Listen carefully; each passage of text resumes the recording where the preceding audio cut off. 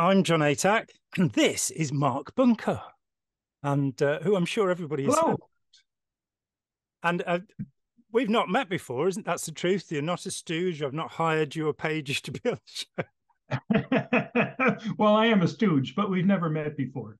Okay. I'd like to think I'm curly, but I think Scientology considers me more of a mole, beating up on them all the time.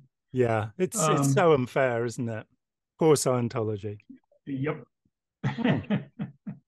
So I'm just curious to know your history and your current activities and interests. So do you want to move to the beginning of the incident? Tell me when you're there. Sure, absolutely. Well, we've never met, but I read your book early on. It was one of the big influences on me back in the late 90s. I started looking into this officially in 98. And I stumbled on the news group Alt Religion Scientology and started posting there occasionally under the pseudonym Benjamin Wog, or Ben Wog, I think it was at first. And then at some point, I gave myself a doctorate and became Dr. Benjamin Wog. But I didn't use my real name for anything. I would, during that period, I was living in LA, and I would wander into Big Blue and go, well, what's going on in here? And they'd show me around, and I did that late one night, and they woke up some Sea Org member to have him babysit me because they had to go find a projectionist to show me their orientation film, which I'd seen already. It was the first time I'd seen it. There was a friend of mine a coworker, who was a Scientologist. And we were great friends. We hung around all the time. Early on, when we were driving past Big Blue, she said, what do you know about them? And I said, well, I know it's created by a science fiction writer, and it's pretty much a money-making thing, but that's all I knew. And she never said anything about it. And then as I looked into this more and more throughout the year, other people at work said, she's a Scientologist. And I went, what?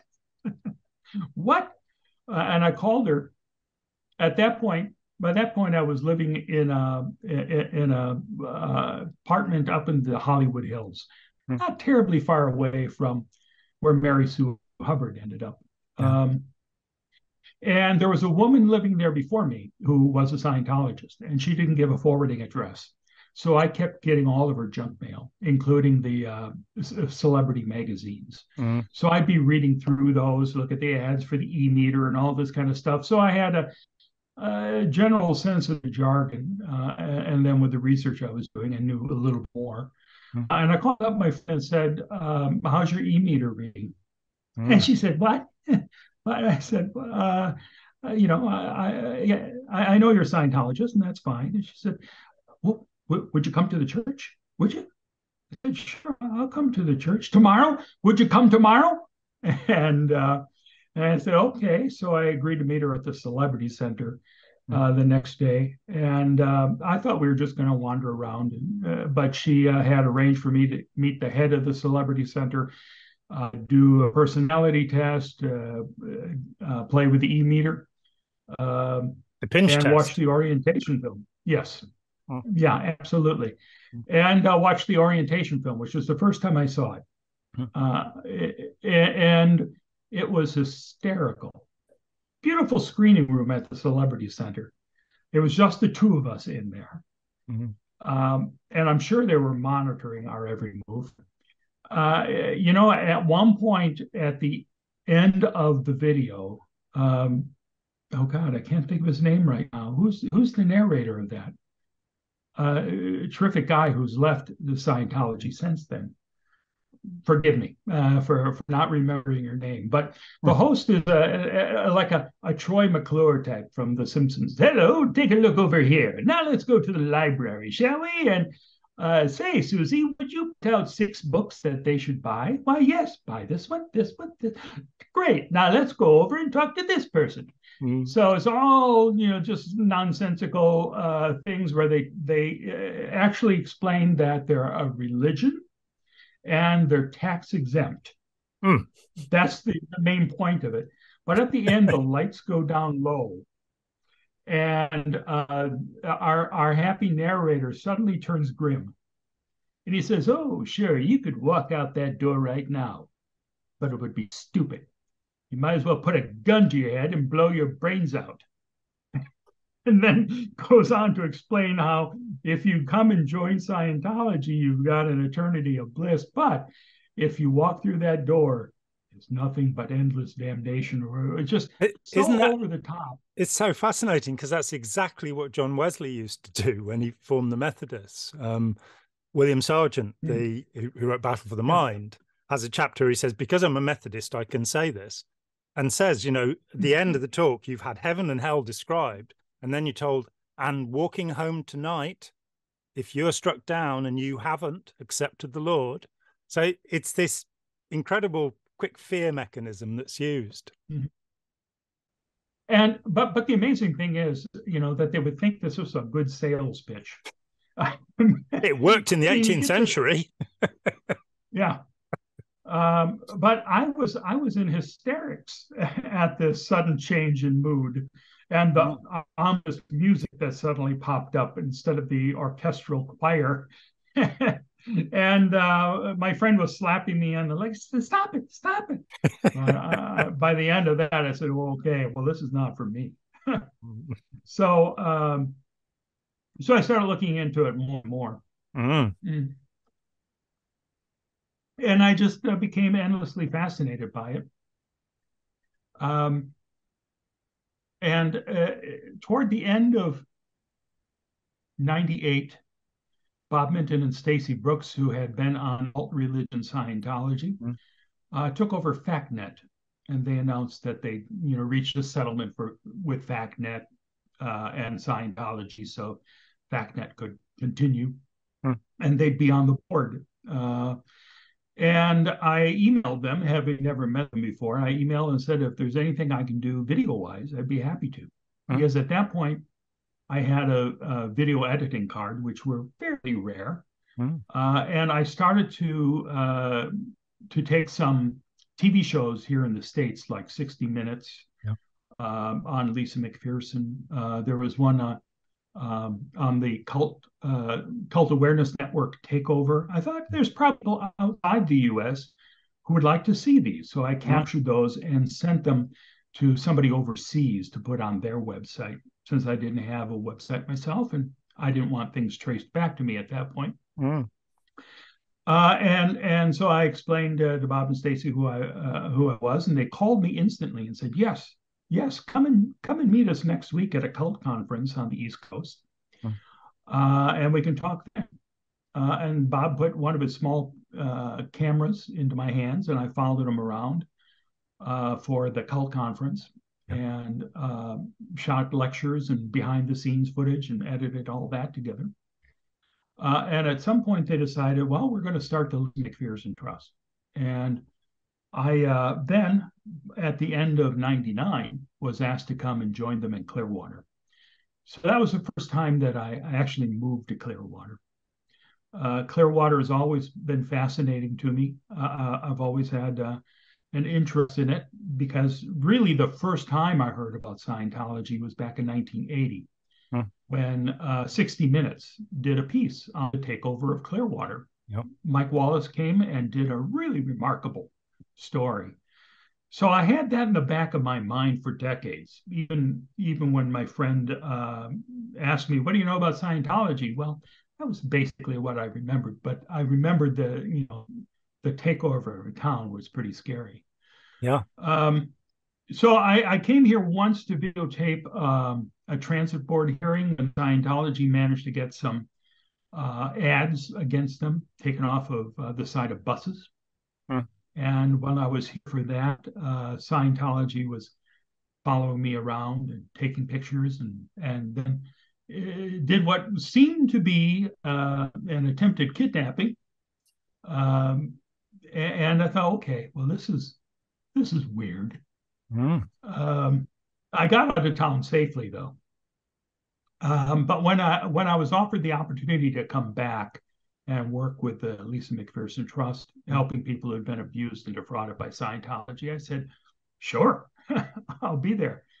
Um, so we opened in January, the first week of January of 2000.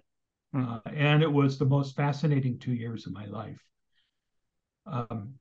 I can't say that we accomplished a lot, although I think we created a lot of important waves. And I think it was good to show that Miscavige does not have this indestructible armor around him. We set up shop right next door to OSA. And, maybe that wasn't the smartest thing to do if we wanted longevity. But I think it made it for a fascinating time. And that lasted for 2 years until they had pretty much sued Bob to the end of his battle.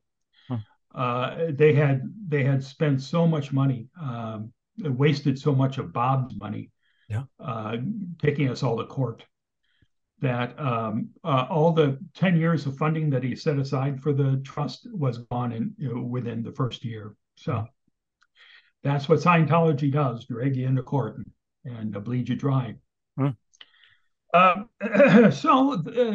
Fascinating time though. After that, I went back to California, and I had spent 15 years in LA before that, in working in film and TV. When I came back to California, I got a job working as a news editor down in San Diego at a TV station, and did that at a couple different stations for a few years. And when that ended, I thought, hey, I'm going to move back to Clearwater, because that was fascinating. And I had in the back of my mind the thought that I'd like to run for office at some point. I had a chance to meet Gabe Casares, the former mayor of Clearwater. When I lived here in 2000, he sat down and did an interview with me, and I would hang out with him and his wife quite often. Great guy. His story was astonishing. Yeah, I mean, for anybody who doesn't know, he was the mayor of Clearwater when Scientology's front group, the United Churches of Florida, came in and started buying property, and he stood up and tried to, show what was really going on. And in return, he was harassed. The harassment was run directly by Ron Hubbard himself, and that included a fake hit-and-run accident that he was accused of, all set up very carefully by Scientology. So, and he just kept going. He stood up to them, which, in my experience, can be quite difficult. Right. Yeah, he never stopped the fight. No.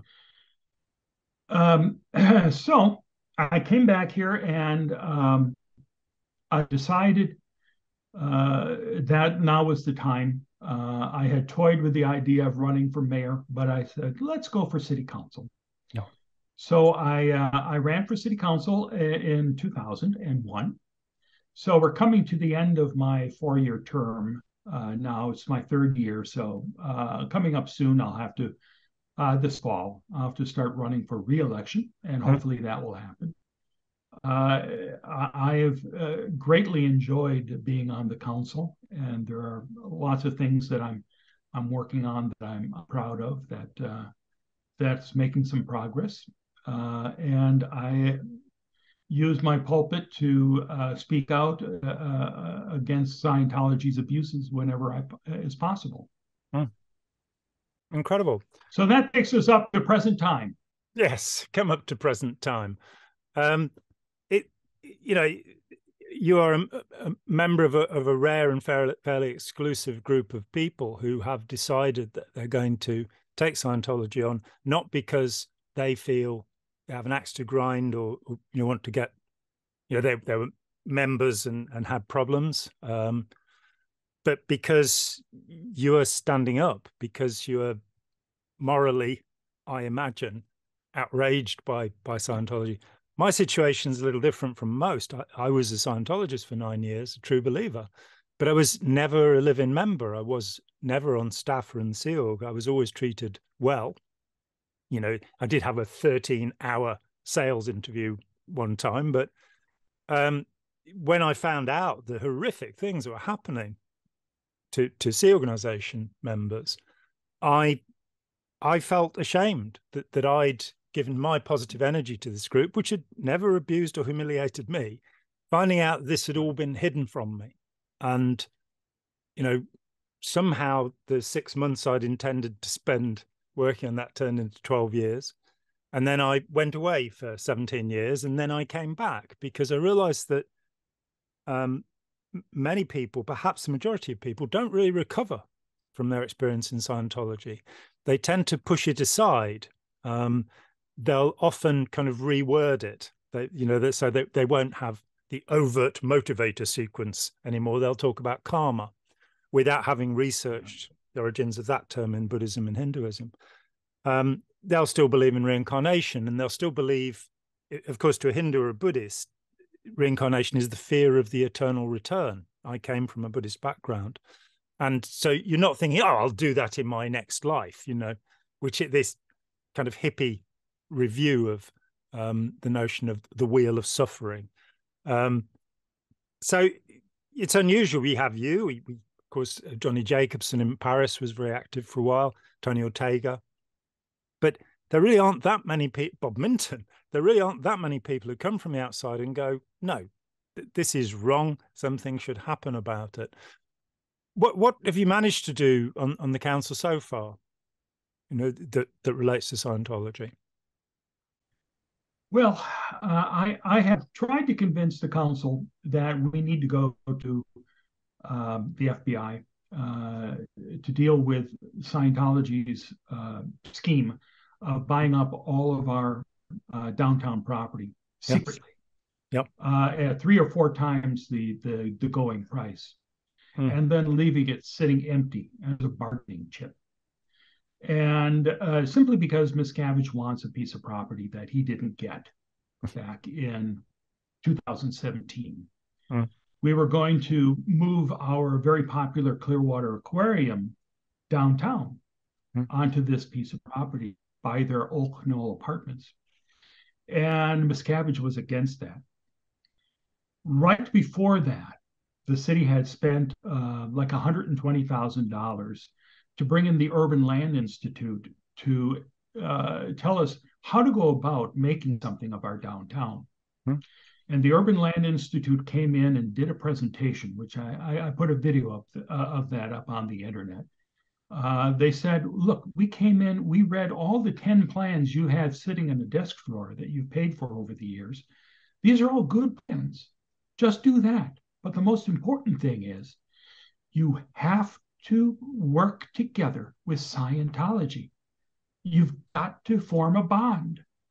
And our mayor at that time was a different mayor than we have now. Was great. Well, that's wonderful. I'm going to go over and shake Ben Shaw's hands now.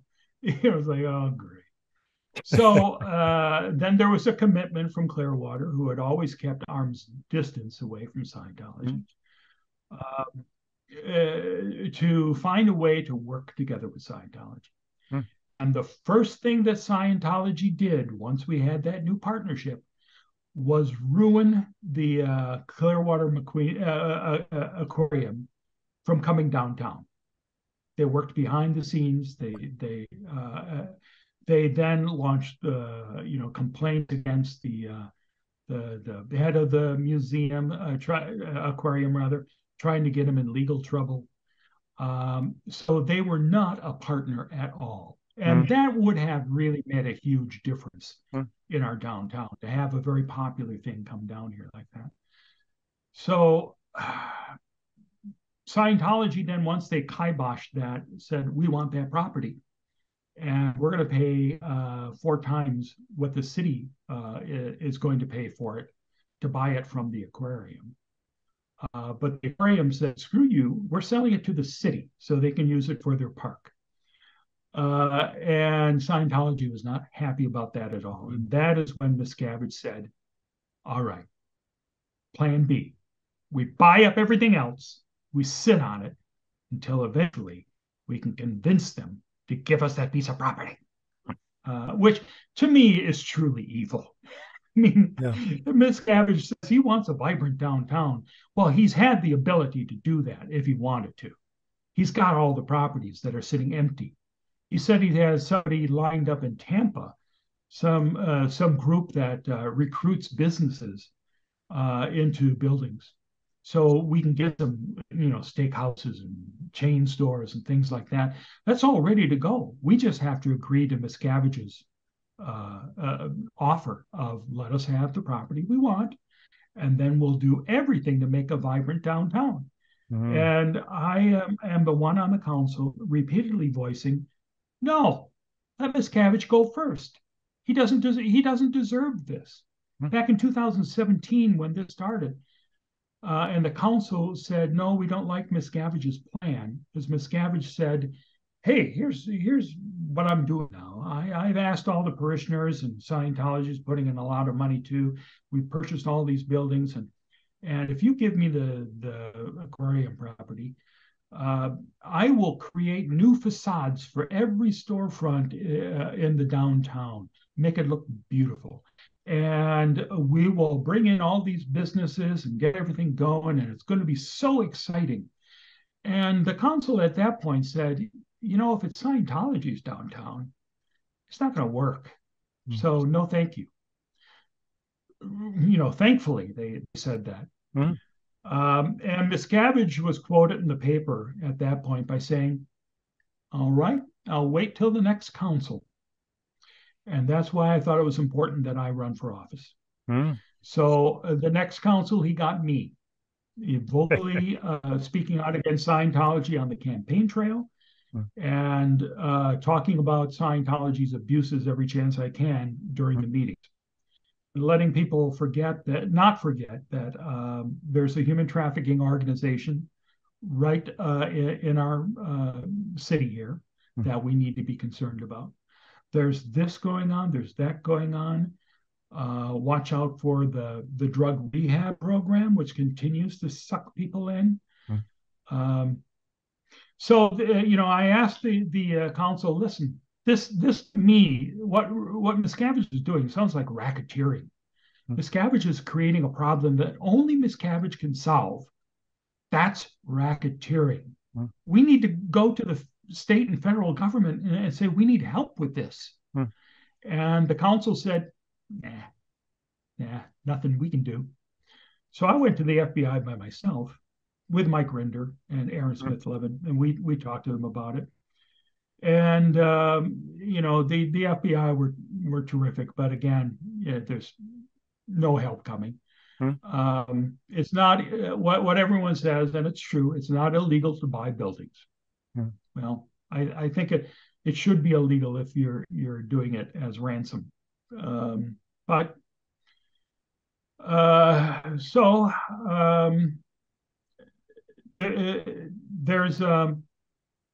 there's smaller things behind the scenes that I do where somebody will have a family member who needs a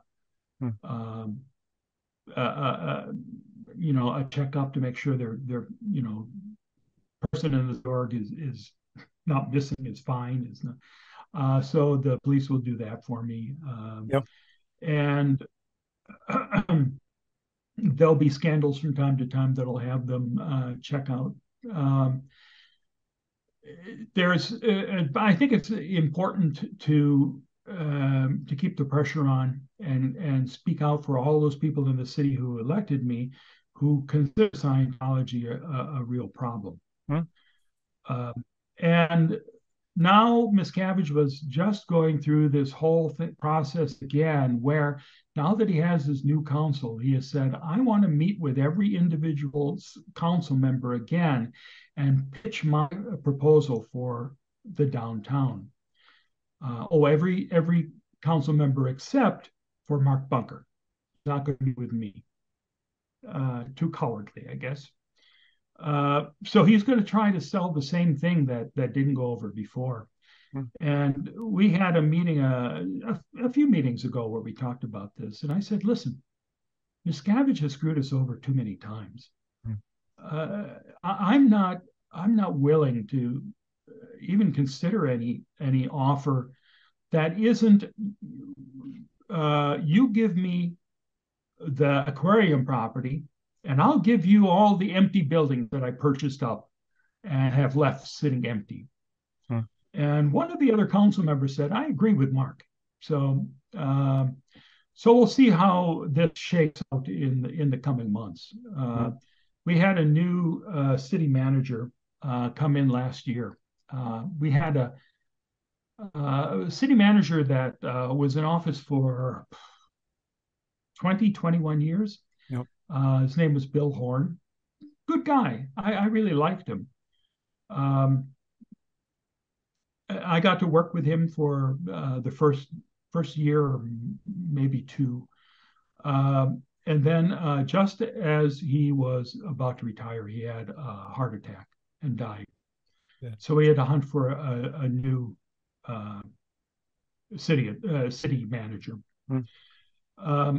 And I was part of the interviewing process and the selection process, and I hit all the candidates up about Scientology, about what they're going to have to deal with here and what to be aware of, and Miscavige's tactics. And there was one candidate who I thought, well, he's got a little trouble in his background here with the city he was currently running, but he's the strongest on Scientology. He came in saying, well, have we considered using eminent domain yet? And seemed to be no nonsense about this. But he quickly became Miscavige's close friend. Miscavige, I know I shouldn't call him a friend, but they were on speed dial. So Miscavige was calling him all the time, and they were trying to work out deals. And there were a couple things that happened this past year that were devastating. Affordable housing is a problem everywhere in the world, I'm sure, just as it is in Clearwater. Yeah. And we had an affordable housing project that was going downtown. And, it would have been good to have people living downtown. That's the most important thing we need to do to make the downtown successful. Yeah. Since the streets have been pretty empty. You need to have people working, living, and playing downtown. So at least here was a start. They came to us and we said, yes, we want the project and we're giving you X amount of money. Then COVID hit and everything started to cost way more, lumber and building materials and all that. Yeah. So they came back and said, we can't do this. We would need an extra couple million. We said, okay, you got that. We want you to do this. So we approved that, and we thought, well, that's done. But Miscavige had other plans. And they started hounding this developer. And our city manager at that point was saying, well, let me see if I can work this out. Didn't tell us on the council about it at all, but said, okay, I'll try to broker a deal here between Scientology so they can have that property, and we'll see if we can move the affordable housing elsewhere. Well, the federal and state dollars that were coming toward that affordable housing project only applied if they stayed on that plot of land. Yeah. So moving it was impossible. But Sarah Heller from Scientology and Miscavige putting pressure on him spooked him off so much that he just left. He said, okay, I'm abandoning this whole project, and took it out of town, which was devastating.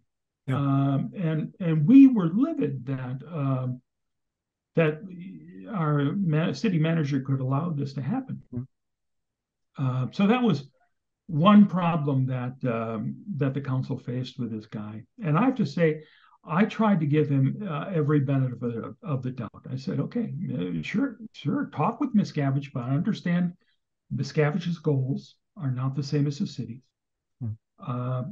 And tried to give him enough leeway to see if he can come up with a reasonable deal. But when it turned into this disaster, and then there were a couple other things that happened too, where the council voted to fire him. And in all honesty, I voted not to fire him because of the way it was done. Okay. I thought it was we had our annual evaluations in one meeting where we all said, we think you've done a really good job. Our mayor said, hey, it's been a very acceptable first year. And all of us had said we're upset about the Scientology thing, and we're upset about this, but by and large, you did a good job. Yep. And then the next meeting, the mayor calls for him being fired. I went, wait a minute. Well, if you had problems with him, why didn't you say that at the meeting where you're evaluating him? Don't just say, listen, in 2 hours at the next meeting, I'm going to fire you. So I thought that was a little unfair. Yeah, sounds like. But ultimately, yeah. So ultimately, we need to start a search again for another city manager. And I am not going to be as lenient as I was with this last one. I'm not going to give him the role that I gave this last one. I'm going to be much more insistent that you can't trust Miscavige at all. I brought in Mike Rinder to talk to both our new city manager and city attorney about what it's like to deal with Miscavige one-on-one, and try to explain that this is unlike anything you've come up against before. It didn't do any good, but we'll try it again. Yeah, I mean, we'll keep on giving the information, and as you say, that if we look back over the history of Scientology. A guy called me up. He's an independent Scientologist, and he wanted to deliver a paper about harassment. And he wrote this a couple of years ago, and he wrote to me and he said, "When did the harassment begin?" And I said, "Well, the first criminal activity I'm absolutely sure of is 1952, and when James Elliott, who was Hubbard's business manager, stole the mailing lists of the Wichita Dianetic Foundation." And he wrote back and he said, "No, after David Mayo left, when did the harassment begin?" So because he was part of the Mayo strand, the Advanced Ability Center, the Institute for Research into Domestic Psychology, what have you. He wanted to show this particular thing. And you go, well, no, Scientology is founded upon treachery and deceit. I wrote a paper called Scientology, Religion or Intelligence Agency many years ago. And I think that question still looms large, that Hubbard's intention was never to form a religion. It was never to help anybody. I mean, you look at the way he was throwing people overboard in 1968. This is not a philanthropist, a compassionate human being. And there's as you say, human trafficking is that really is an essential issue now. I'm told that the British government are investigating the papers of any Sea Org members who are British subjects who've been aboard the Free Winds because they basically violated maritime law, it would appear. And the situation is that if you are working on a ship, you need papers, and they must be they're assigned from the country that you belong to, that you're a national of. And the way that Scientology has basically flaunted the law from the very beginning. I mean, there was an attempt to arrest Hubbard in December 1952 at the Philadelphia doctorate course.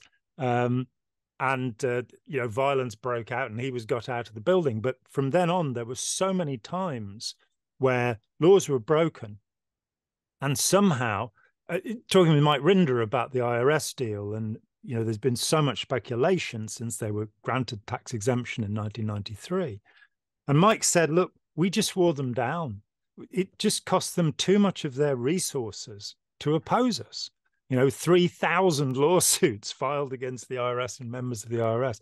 I talked with an IRS guy. It's the only time I've ever had contact with them, honest, in 1991 in Reno. And when Bill Jordan was doing things there, and he got this IRS guy to talk to me.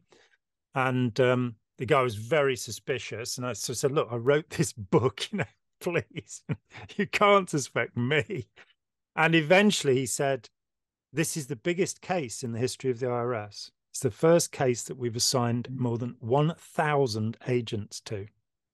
And they're on hiding to nothing. And I think in Clearwater, there's been a lot of the same. It's like, we will just keep pressuring you until you cave. And thankfully, because you're there, and I think that's a significant part of what's happening, that's not going to happen. And so Miscavige, and I know, I went back to East Grinstead. I hadn't been there for years. I went back about 7 years ago, and it's a ghost town. There are all of these empty properties, and it sounds as if this is Miscavige's. This, the ideal orgs are probably buying out property around them and just creating a wasteland where when you go into the ideal org, they the somewhat mischievous John McGee went into one of the, I think it was a celebrity centre in London, and all of the staff are there in great big padded coats because they can't afford to have the heating on.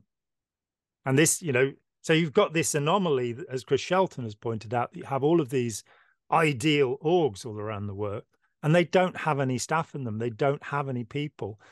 That Scientology seems to be existing solely now because of the whales, people who pour huge amounts of money in to keep it going. It's not recruiting anymore, it would seem. And we're hearing that the numbers are down below 25,000 for the International Association of Scientologists. On the human trafficking scene there, what do you see? What are people coming to you and talking about difficulties, having come in from another country or what have you? No. Scientologists are not coming to any official. They're coming to the police. They're not coming to me. Even me. They're likely not even aware that they could go to a council member, or that there was a council member who understands Scientology that they can trust. You seldom see anyone come forward to say, this is the abuse that I'm suffering through right now. And that's what we need. We need people that can go to the FBI and say, listen, this is what happened to me, and this is where you can find the evidence of what happened. In this room, in that desk drawer, you'll find this. That's what the FBI has essentially said they need, because they have to go to a judge and say, there's evidence that we can find here if we can get a search warrant. Short of that, they can't take action, or they won't take action. And it's incredibly frustrating. And reaching out to other officials in the state and in the federal government, you hear the same thing. Well, it's a religion. What are you going to do? Well, more than what you're doing now is what you should be doing. Because whether you like it or not, these abuses are going on. And if Kmart was or Walmart was treating their employees the way Sea Org members were treated, they'd be shut down. And just because you call yourself a religion should not allow you to treat people so inhumanely, mistreat them, rip them off, all of these things. But I keep pushing. And it should be the opposite way, that if something claims to be a religion, there should be a higher standard, not a lower standard. Absolutely. Sure. But you shouldn't have to worry about that.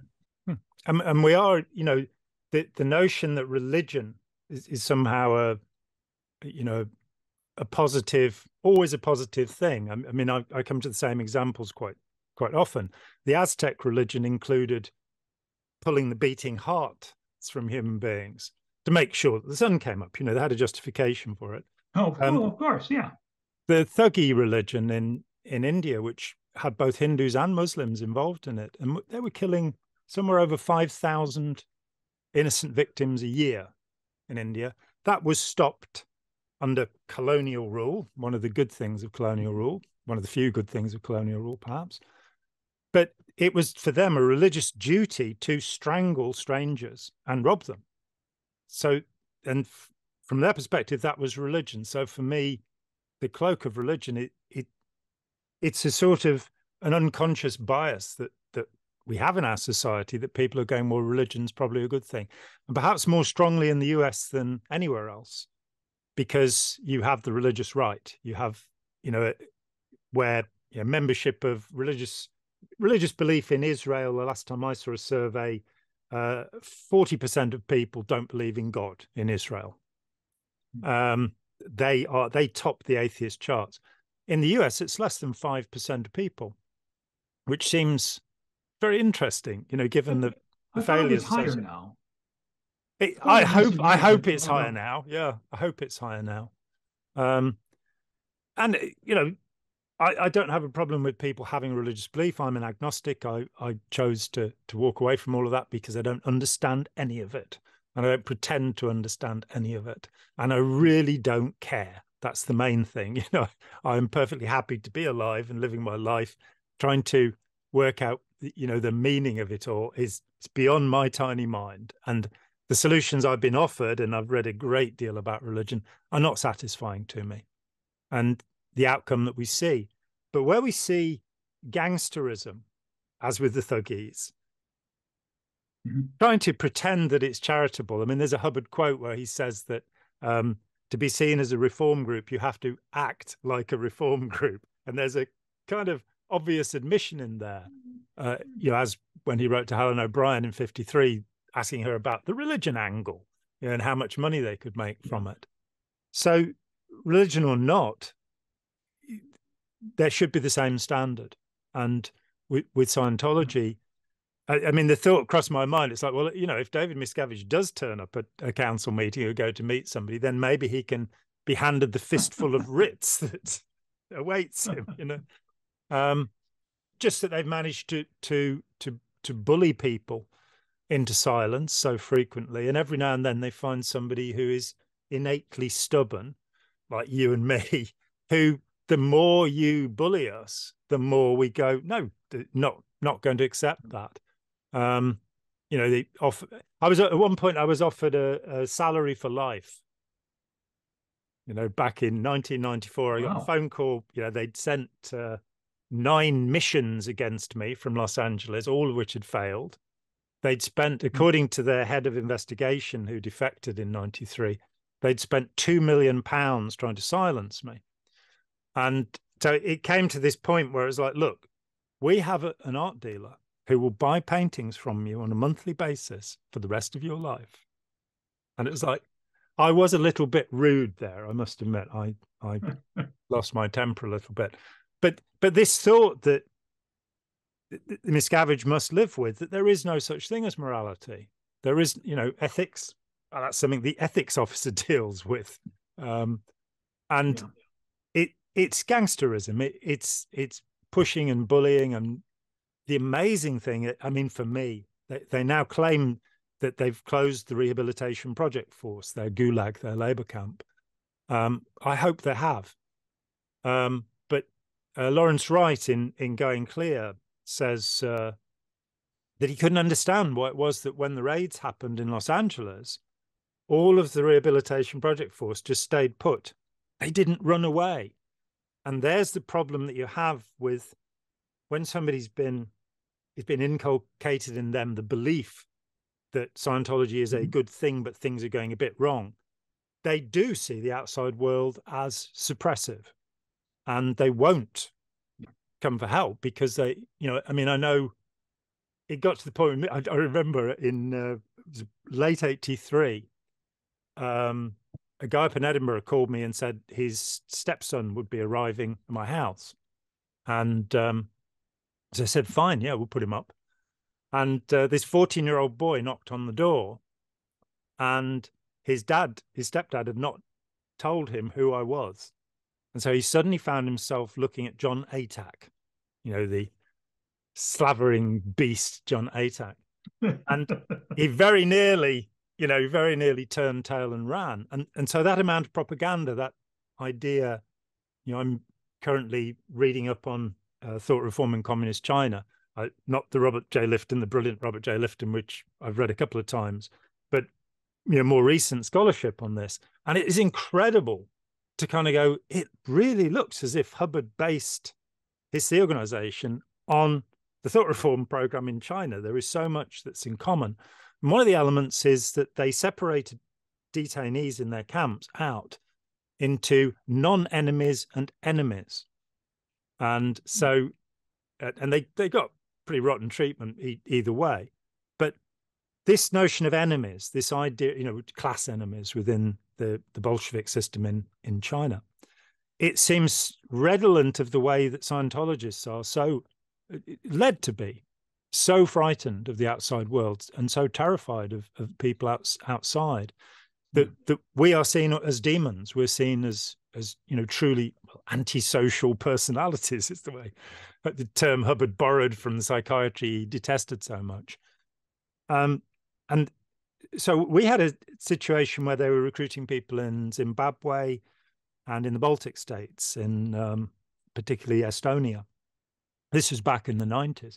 So what we started doing was putting up a poster on the side of the Zion Baptist Hall, because that's where this organization bus came in on a Saturday morning. But we'd put it up in Estonian, or we'd put it up in Debeli, So the people would get off the bus, and their situation was rather different from the recruited Scientologists, because you're living in Zimbabwe on, $5 a week or what have you.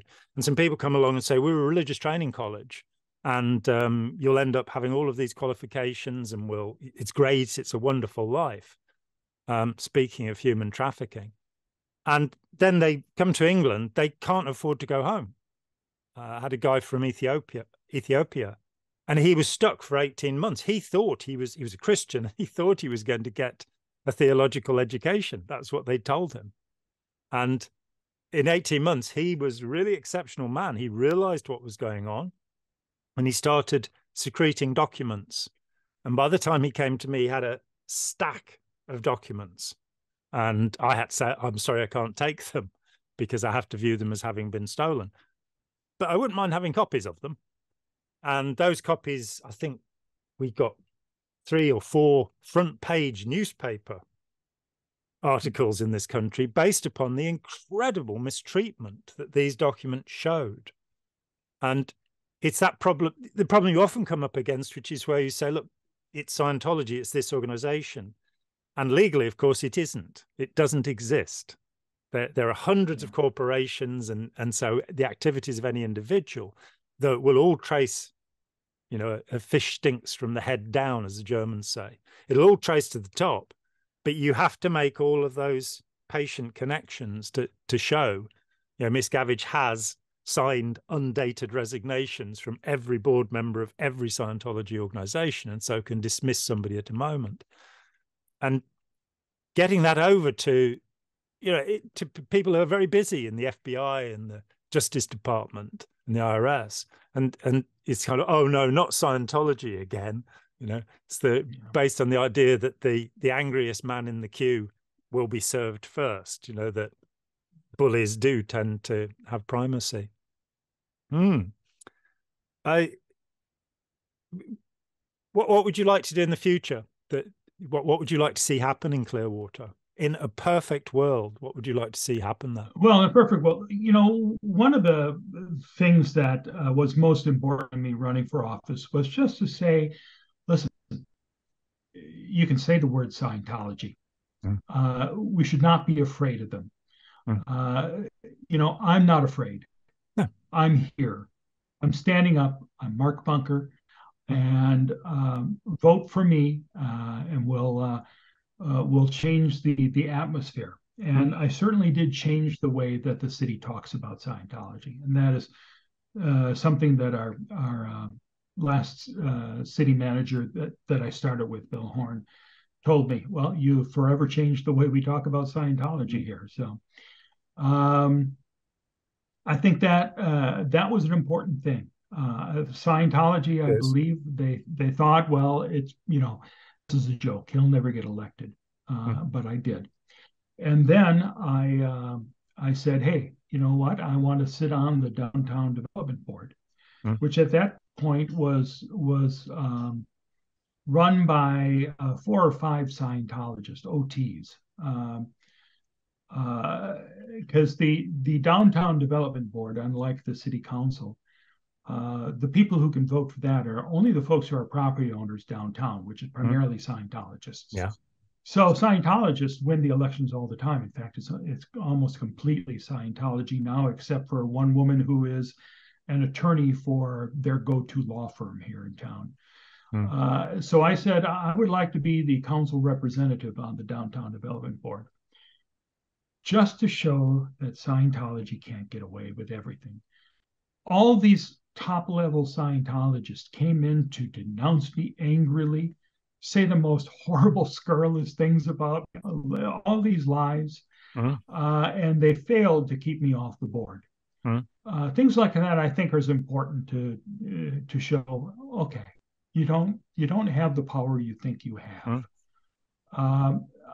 Now, when I'm at the Downtown Development Board meetings, they refused to talk about Scientology there, and it was an interesting journey in the first year. They kept being upset when I would say, "Hey, the real problem downtown is Scientology is chasing people away, and you've got these buildings that you're left empty. You ought to talk to the parishioners who own them and say, put something in there that's going to, you have the ability as high-level OTs and friends of these people to say, hey, what's going on here? Let's get some business going." But, they'd start banging the gavel anytime I would bring up anything like that. And then they changed the rules that they can stop anything that they consider off topic, which means Scientology. But I at least can show, listen, we can sit in the same room together. The world's not coming to an end. Here we are. That's a small thing, but I think it's important that to show that they can't always get their way. So coming up, well, we've got so much more to do.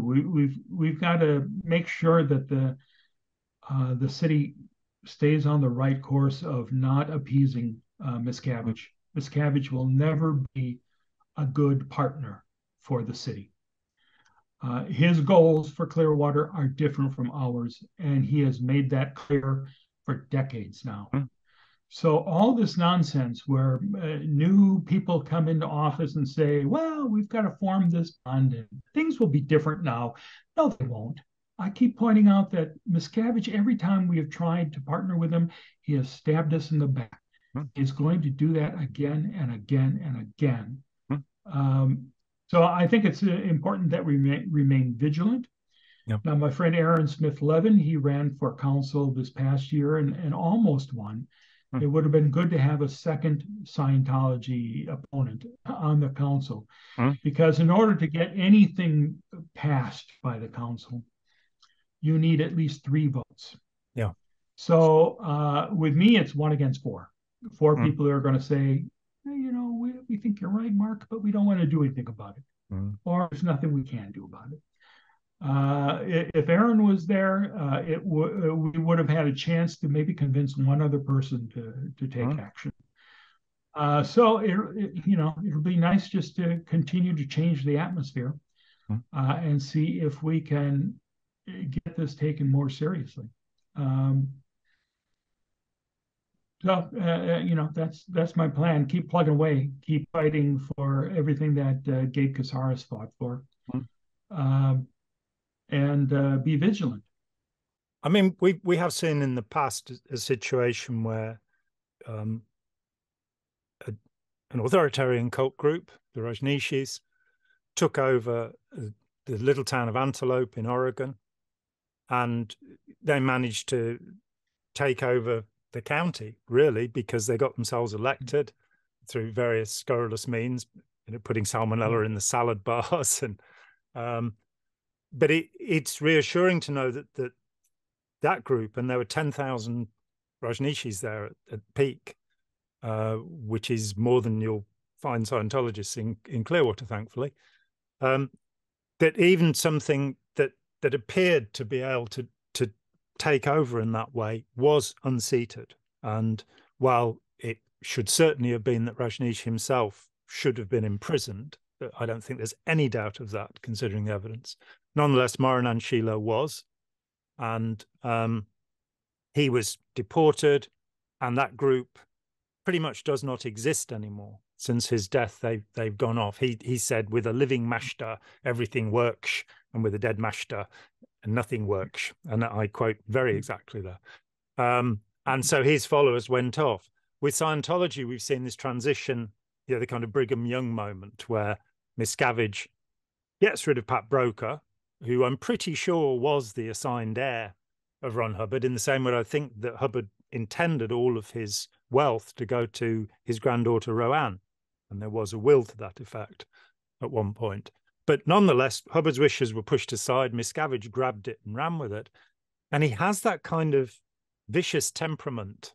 I hate to make an invidious comparison. We meant to bring the Nazis in at some point, but I'm not going to do that. He reminds me of Stalin. He's somebody that everybody around, that wonderful film, The Death of Stalin by Armando Iannucci, which is a fine comedy. Mm-hmm. But it shows that nobody was willing to go into the room to see if Comrade Stalin was dead, because they might be executed if they annoyed him. And I think, the thought that this can go on in contempt, the wealthiest society in the world is just absolutely incredible. But L. Ron Hubbard said, when you become too incredible, you become invisible. And I think that they do have a kind of cloak of invisibility, that saying, oh, it can't possibly be that bad. They can't be sending all these women to get abortions. They wouldn't do that. Nobody would do that. And yeah, I think Mike said that there were 140 people in the whole double trailer at Gilman Hot Springs by the time he left. This draconian tyranny functioning within our society, it's really quite something. And I want to express my gratitude to you for standing up against it. I just talk about it now. I'm not otherwise involved. I'm no longer, Tony Ortega and Chris Owen and Chris Shelton have taken over, and other people have taken over the work that I used to do back in the 80s and 90s. And I'm happy to be the kind of, Blair Remini called me the OG. And I'm not sure whether she meant old guard or original gangster with that, but it's one of the two. So I'm on the sidelines, and I'm so grateful that you could find the time to talk to me, and I'm really happy to be putting this on the record. Well, it's my pleasure, and great having a chance to talk to you after all these decades of being aware of the amazing contributions that you have made. That got people like me interested. So thank you. Thank you. Okay. And it's always a matter of passing the baton. So I'm in the same situation where I used to be the go-to guy who put video on the web. And then Anonymous came out, and suddenly there's videos popping up from everyone. And then, that took the pressure off of me to be vigilant for every single TV show that was ever going to be broadcast. And now the atmosphere has changed so much with after Anonymous, with Tom Cruise jumping on a couch, and with Going Clear and Leah Remini. It's amazing how many people know that Shelley Miscavige is missing. Yes, where Shelley can get a laugh at the Oscars. It's just astonishing how things have changed, and that's a very important part of the struggle too. So every little effort we can make to forward getting information out there to people just makes it a shorter and shorter regime for Miscavige to live out. Yeah, I mean, I'm hoping that he's in the, they talk about the cycle of action, because Ron Hubbard didn't understand the meaning of the word cycle, something that repeats. But their idea is you have birth, growth, conservation, decay, and death. Well, the golden era of tech was the conservation point, and now we're in the decay. And, whether it comes from a palace revolution which seems unlikely. I'm amazed that people have put up with this man, but they have. Ron Hubbard said at one point that if anybody attacked Scientology, he could make Captain Bligh look like a Sunday school teacher. I don't think he fulfilled that promise, but I think David Miscavige has. I think he is worse than Captain Bligh. So, yeah, Arnie Lerner, the late Arnie Lerner, bless him, a strange man and not somebody I've ever got to know, but I respect some of the work that he did. But when I asked him for a puff for the new edition of Let's Sell These People a Piece of Blue Sky, he said, before the internet and safety in numbers, there was John Atack. And it's not quite true. There was Lawrence Wollersheim, Jerry Armstrong, Robert Vaughan Young, Stacey Young. There were quite a crew of people, but there weren't many of us. Now the harassment machine is really, because there are thousands of people speaking out. And, I think that's the important thing, that the culture has changed. I think South Park was very important, that it was okay Absolutely. To laugh at these people. And now it seems that almost every TV series that comes out has some derogatory mention of Scientology in it. Things like, say, the Kaminsky method had a Scientologist strand in it, and that's good to see. It's a shame that people are still being recruited, but I think because of your efforts and those of various other luminaries, the situation has changed so much, and I don't think that mainstream Scientology has a future. It'll degenerate in the same way that Christian Science did, for example. It's certainly on the decline, and they're getting desperate. Buildings are empty. Coffers are still full, though. Yeah, because there are people who are seeking to buy their immortality. It's like the Christian church in the Middle Ages, where you could buy masses to be sung for you for 100 years after you died. And the monasteries got very wealthy, And some of those wealthy whales were the ones who came to denounce me at a council meeting, to say the most horrible things about me, and they're writing checks for $10 million to Miscavige. So it's like, okay, well, there you go. I may have for each the ability to be pointing out all these things from the council. You've got the war chest, so eventually words will win out then. Yeah, I think so. As let's finish with a quotation from L. Ron Hubbard: "Truth blows the lies away." Very good. Okay, fantastic talking with you, Mark. Thanks so much. And bye. Hi, John here. Thanks for watching. We'd appreciate it very much if you would click like, as well as subscribe, and click the bell for notifications. Every dollar helps, and we welcome new patrons on Patreon, or you can make a one-off payment with any currency through PayPal. Thanks so much.